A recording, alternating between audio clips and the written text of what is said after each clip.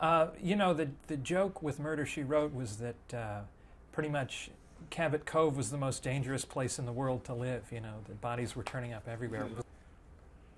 Um, the joke about Murder, She Wrote was that Cabot Cove had the world's highest body count. That it was a dangerous place to live. Were you, those of you behind the scenes on the show, conscious of that kind of straining credibility? No, because there also is a joke that every place that Jessica went, there was a murder.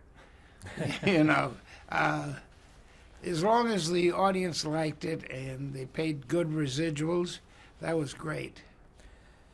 Why do you think Angela Lansbury never won an Emmy for that?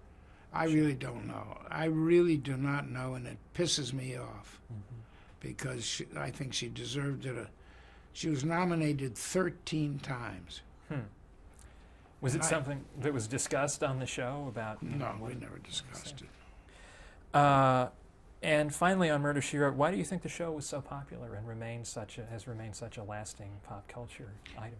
Because Angela has a charming, most real personality. You automatically love her, like her, care about her, and she has great acting tricks and ability, and people like a puzzle, and you get them confused enough, and then they're arguing among themselves. He did it, she did it. No, wait a minute, that. And you usually go with the guest star because that's the one who usually did it. But people like her, and like Buddy Ebsen. I said to him when we were doing the pilot, I said, Buddy, he's something. It was pouring rain, and we're on the viaduct down in San Pedro, 2 o'clock in the morning. And Bill Conrad is really getting pissed off because we haven't gotten to him yet. And this is the pilot for Barnaby Jones? Yeah. Bill Conrad was doing a guest role. And I said to Buddy, and I meant it, I said, you know something, Buddy? I was looking up at him. He's 9 feet tall. And I said, you could read the telephone book and people would love it and listen. Because he had a quality, a personal quality. And Angela had that too, which was attractive. You liked them. Like is a very important word. That's interesting.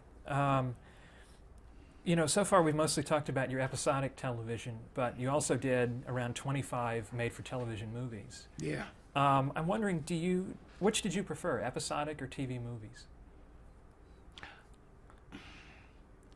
I liked them both equally. It really depended on the script and so forth. I like movies more because of expanded budgets and lengths of shooting time. I'll tell you a really strange story, okay? I did I think it was 4-hour miniseries, damn close to 4 hours, maybe a little more, called The Memory of Eva Riker, in which Natalie Wood played the leading starring role. And there was Natalie Wood and Bradford Dillman and Robert Foxworth. And Natalie played 2 roles, played her own mother and her daughter. And in the story, she's really sort of reliving her mother's life. And there's a scene on the beach in which Brad Dillman, who was playing the heavy, is chasing Natalie down the sandy water's edge, and she's supposed to run into the water and swim to try to get away from him. And so I was describing what I wanted Natalie to do, and she said, Walter, I have to ask you a favor. And I said, what? She said, I am deathly afraid of deep water, and particularly in the dark, but deep water, black water. And she said, please don't make me do that. So I said, okay, I'll figure another way to do it, and we'll use a stunt double to get you into the water. And I did. And then we were back at CBS Studios, and Natalie is supposed to be on a ship like the Lusitania or the Titanic, and the end of the film is that she drowns in her cabin as the ship is torpedoed and begins to sink. So we had a large tank, and we built a set which sank into the water, into the tank, and Natalie was trapped in her cabin, and we shot it with the cabin sinking, and the water is rising, obviously, and comes into the cabin, and she drowns in the story.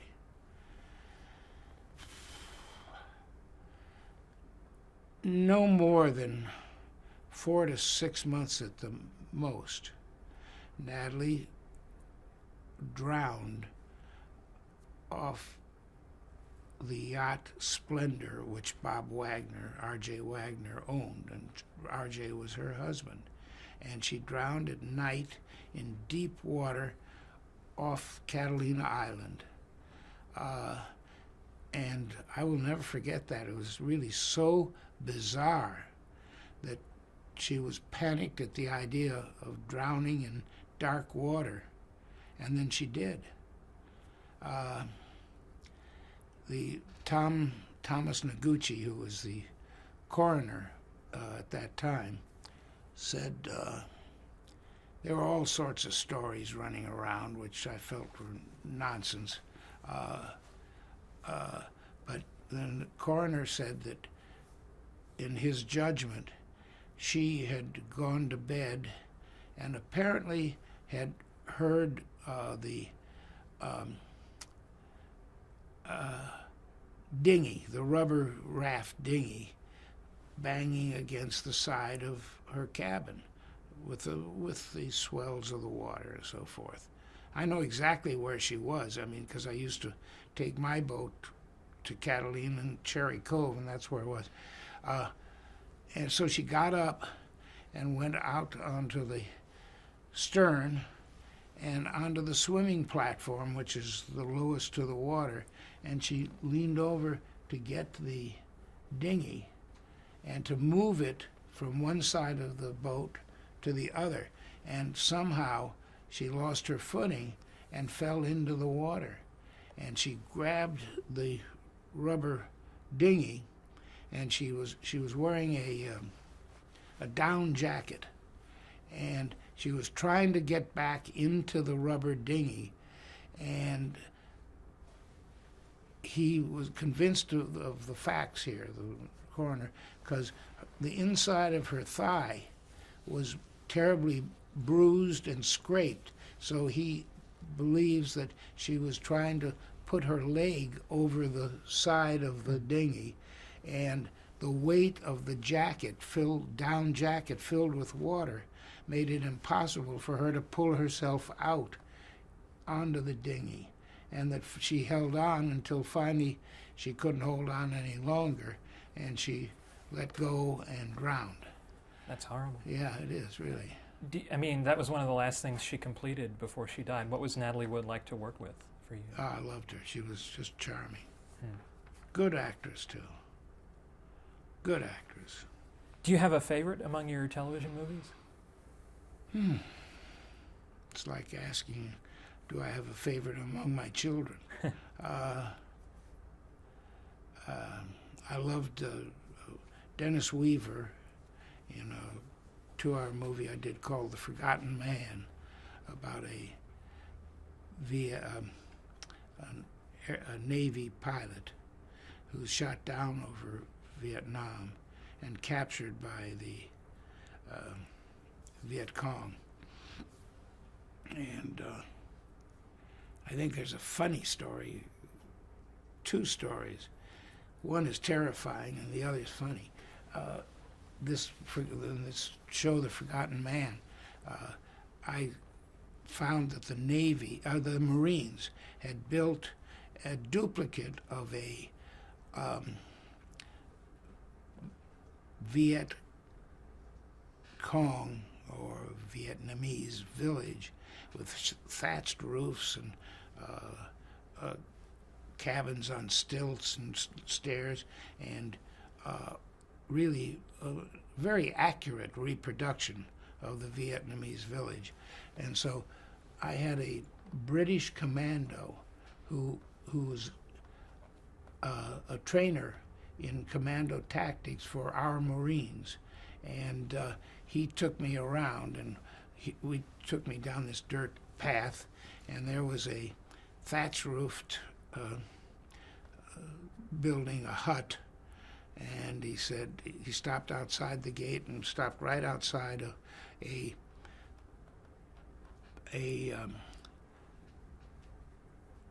Buddha, I'm trying to think of the word. Shrine?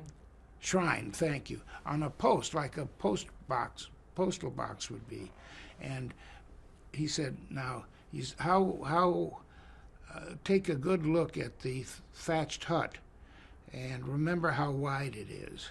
And I said, okay. And I reached for the gate, and he said, no, wait a minute. And he said, now, look around you. And I looked around. And I said, so what am I looking at? He said, look down. And I looked down, and at my feet, I swear to God, there was a Marine huddled in a hole at the base of this shrine, and the hole was no bigger than this, and he was holding a machine gun and pointed up like this to me.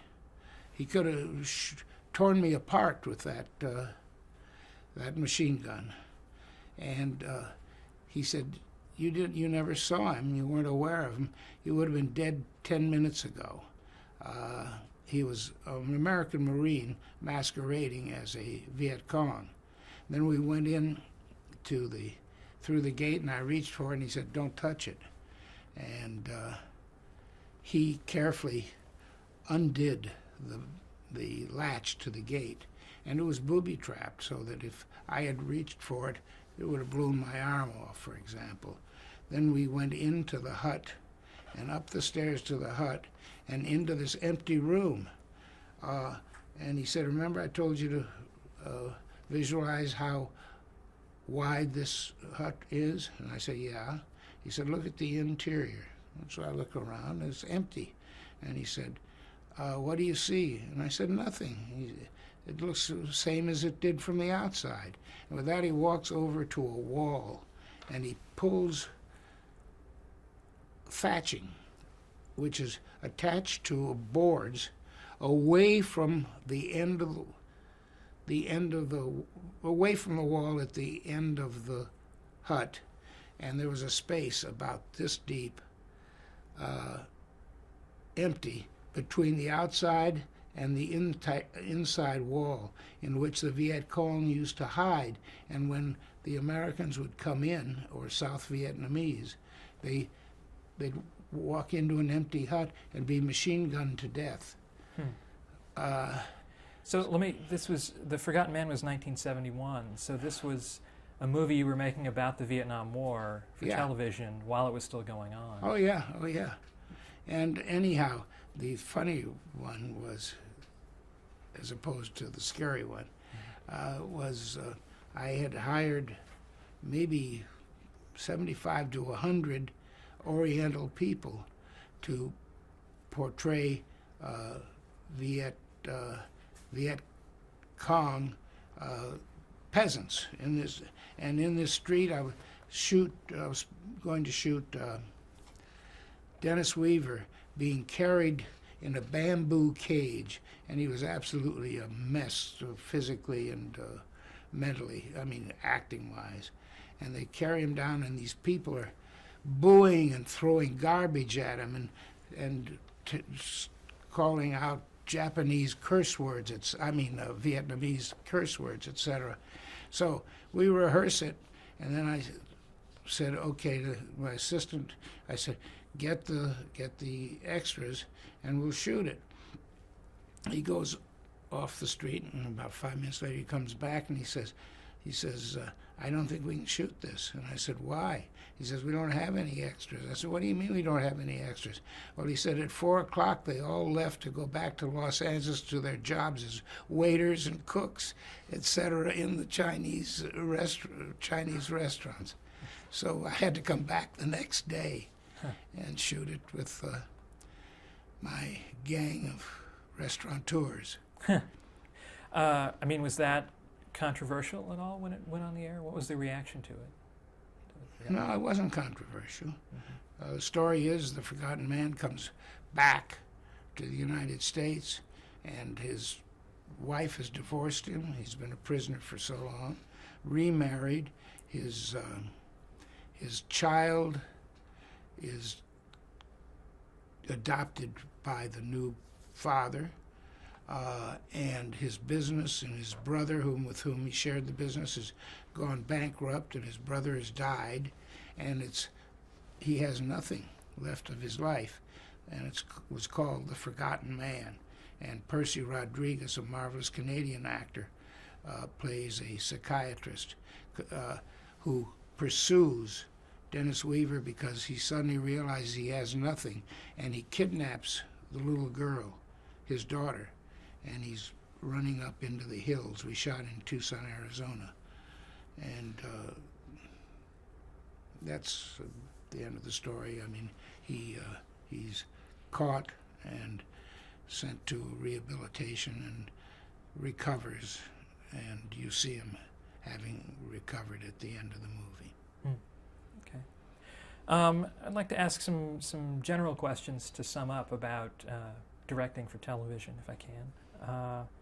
Can you tell me a little bit about your visual style? Was there kind of a signature Walter Grauman look to the shows? Yeah, I guess so, but I don't really know what it was. I know that there's a book by 2 English film critics, writers, who talk about the Untouchables. I have a copy of it. It's a paperback, and it ends with a summation of me saying that, quoting roughly, that Walter Grauman, whenever you see a David Lean-like setup or a Hitchcock kind of approach to a scene, it invariably turns out to be Walter Grauman. He is truly the father of a visual art of television. That's a pretty close quote.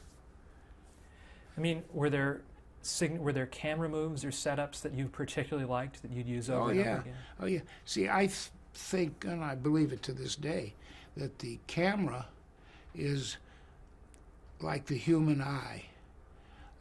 Number one, it fastens onto a subject, a given person, and where that person moves, that camera, the eye moves with him or her. And so I believe in a mobile camera and long takes and whip pans, because the human eye pans, whips, as you look from center here to up there, let's say, or over here. You don't cut and reset. I mean, you have to most of the time, but you whip over here, and the human eye cuts out the pan. Do you know what I'm saying? And I love long dolly shots. I love low angles for certain material. And I have a style, but I can't tell you really what it is because it's something that comes natural to me, and you would have a style of yours, and our cameraman has a style of his. Well, and my great style is imitating. Well, I was going to ask, were there any film directors that you particularly admired or emulated? I think David Lean was far and away the greatest film director I've ever been aware of. I loved David Lean's work. Even pictures were not successful, which there were a few.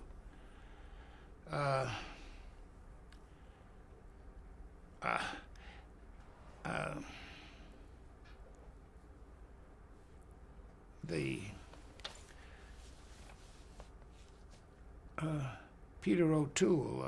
Lawrence of Arabia. Lawrence of Arabia. I remember seeing that picture at a Directors Guild showing, and there was an intermission, and I went out into the lobby and hid during intermission because I didn't want to talk to anybody who would say, well, what do you think? Did you like that or so and so and so? I didn't want to hear it discussed or torn apart because to me it was a work of art. Have you seen that picture? Sure, it's marvelous. Yeah.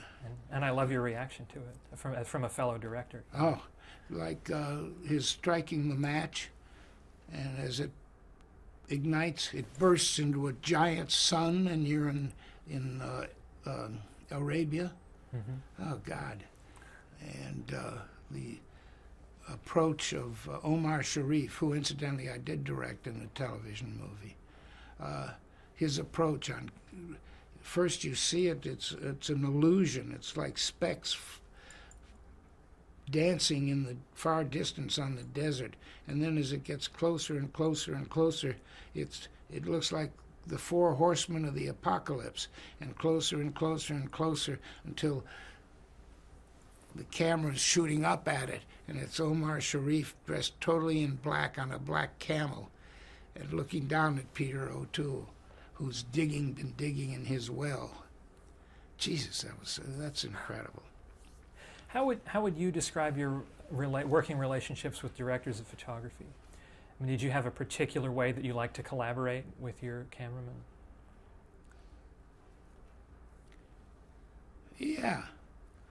I don't think that our cameraman will appreciate this particularly, but I told you before how I prepare a script with the diagram of the set, the actors, and the camera, sometimes the mic boom, and I draw it all out. And I try to show this to the cameraman, and he likes it generally because it makes it easy for him to know in advance what I want. And if he doesn't like it, that's tough. Okay, that sums it up. Mm-hmm. Did you have any favorite directors of photography that you worked with in television? No, I had quite a few.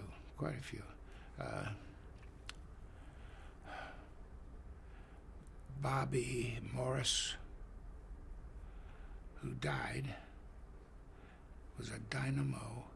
Russell Meddy, who was a famous cinematographer, who showed me something that I couldn't believe. I was doing directing Peter Gunn, and I wanted to play a scene entirely in the reflection of a bay window. And everybody was complaining, oh, we can't light that, oh, that's too tough, it'd take too much time. And I turned to Russ and I said, Russ, can you light this so that I can do the entire scene? He said, sure. I said, how long will it take? He said, about 5 minutes. And he got brutes and poured light into there. The only thing that was wrong was that Peter Gunn, Craig Stevens, and I think it was whoever it was, Lola Albright, Right. were in there for 3 minutes, and they were pouring sweat. You know, it must have been 120 degrees in there.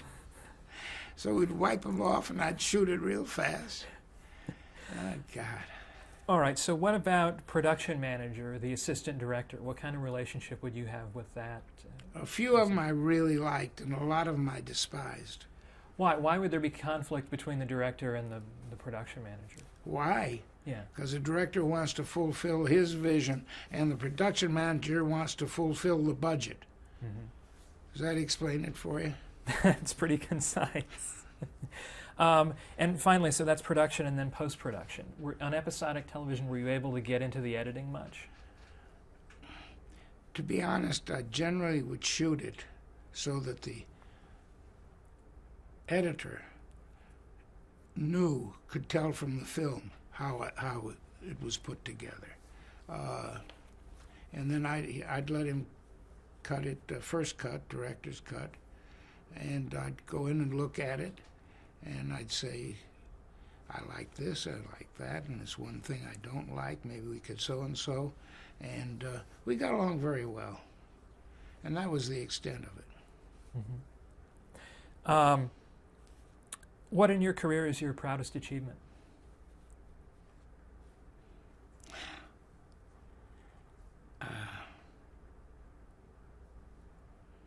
Flying 56 combat missions in Europe. The rest of it all is fun. What advice would you give to an aspiring director?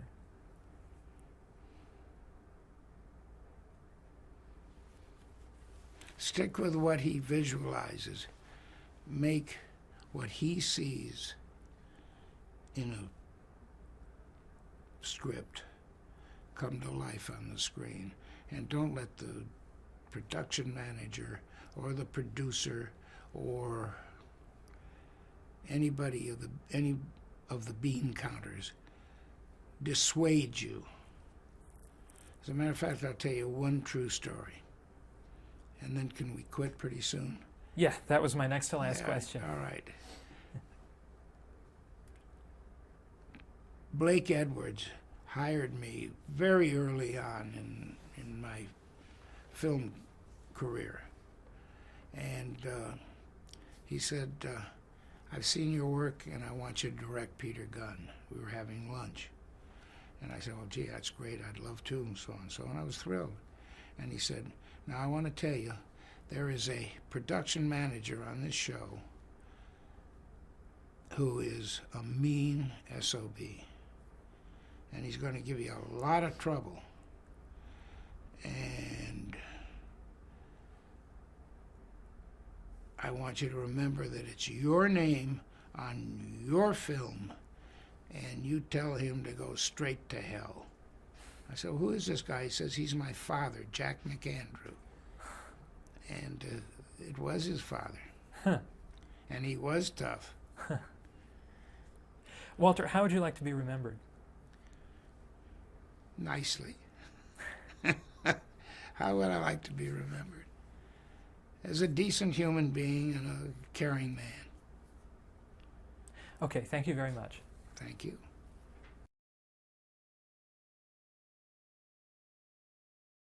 And I'm talking. You can pan over to... That picture is a picture of myself on a camera platform in San Francisco Bay. And it's the opening shot, this direction, opening shot of streets of San Francisco, in which we start on the skyline of the city and pan down and end up in a close shot of the corpse of a young woman floating in the bay. And that was freezing cold. I will never forget feeling so sorry for that girl. She was and panning left is a movie called... Rolling. And that's a picture that I did, shot in Germany, called The Last Escape. And that was my leading lady. Margit Saad was a German actress, and a German actor by the name of Pincus.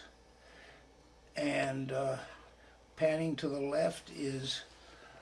I'm rolling, okay. Okay, that's a picture of me seated in the director's chair looking at my script, and it was a pilot called Empire, which we shot in New Mexico. And panning left is a famous director, Billy Wilder, and myself, who were shooting next door to each other at Sam Goldwyn Studios, and Billy signed my admittance paper to the Academy of Motion Picture Arts and Sciences, as did John Sturgis. This one right, that's a picture of me thinking, which you rarely get, right next to the Titan crane, and it's on a picture that I shot called A Rage to Live, which starred Suzanne Plachette and Brad Dillman and Peter Graves. There's, if you pan up a little, can you pan up? Which one? That's Barnaby Jones, Buddy Ebsen, the tall gray-haired man, Lee Merriweather, his assistant, myself pointing out something, and James Olsen, a very fine actor, in, I don't remember what episode it was. And if you pan up, you'll see Brad Dillman and Suzanne Plachette in the picture A Rage to Live. And if you can pan up, that's myself telling Hope Lang something, I don't know what, on a 2-hour movie called The Covenant. And Rolling. okay, this is a picture of me on my website, as a matter of fact. Yeah, you can turn it towards camera. Yeah, that's it. Yeah. On my website, which is www.waltergrauman.com. And then this, can you see this? Yeah. That's shot in England in a picture called 633 Squadron. That's Cliff Robertson. That's a real British Air Marshal. That was the producer, Lou Rackmill, and myself. Did you get this one? No. That's Suzanne Plachette and myself in Rage to Live. Wait. Let me just move here, Carol. There's Cliff Robertson and an unknown actress in 633 Squadron. Let me get on to some bobbing a B-25, or posing in a B-25. Okay. That's myself, can you see it? Yeah. And my son on his 12th birthday in August 22nd, 1963, and I was directing 633 Squadron, which is an RAF. Oh, shucks. Actor George Chakiris, and a man by the name of Donald Huston, English actor, 633 Squadron. Oh dear. So if you don't know, we can see Yeah, it. no, I know. This one. I'm going to have some white shots of you looking, and then I'm going to go in. Okay, go ahead. You can continue. I'm just going This is Stephanie Powers and camera crew, Tina Chen, myself, and James Stacy, who later lost his arm and leg in a motorcycle accident, and it was a tragic story. It was a 2-hour TV movie called The Paper Man. Good picture too, I liked it. That's a picture of me on a crane. I don't know what I'm shooting, but I'm sure as hell up in the air. Here is Dennis Weaver and James Hong in the picture I described earlier, The Forgotten Man.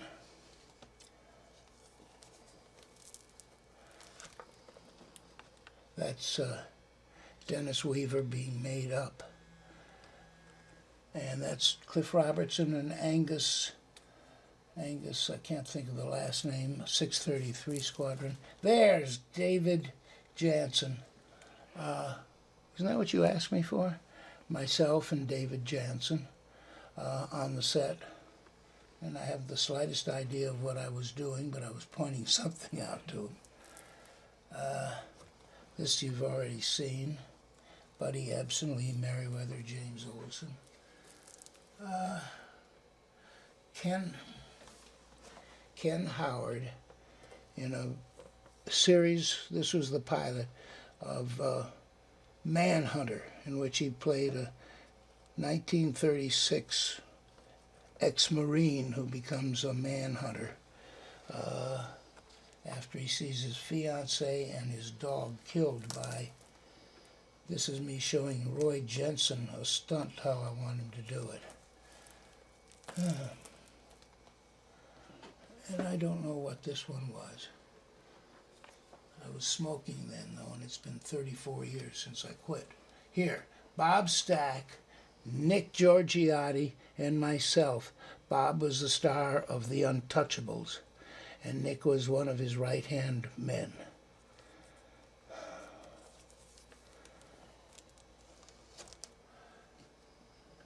Oh. This is a letter from Angela Lansbury. Our love and warmest good wishes and gratitude, Angie, and a kiss. That's my wife and my wife. What is her name? Peggy. Peggy Parker Grauman. And I don't know what the heck these all are anymore. Oh, here's Gene Simmons. I was telling Steve at lunch, this was a 2-hour Murder, She Wrote. Gene Simmons, and I can't remember her name. Shelley Fabre, that's who it is. Okay. Oh,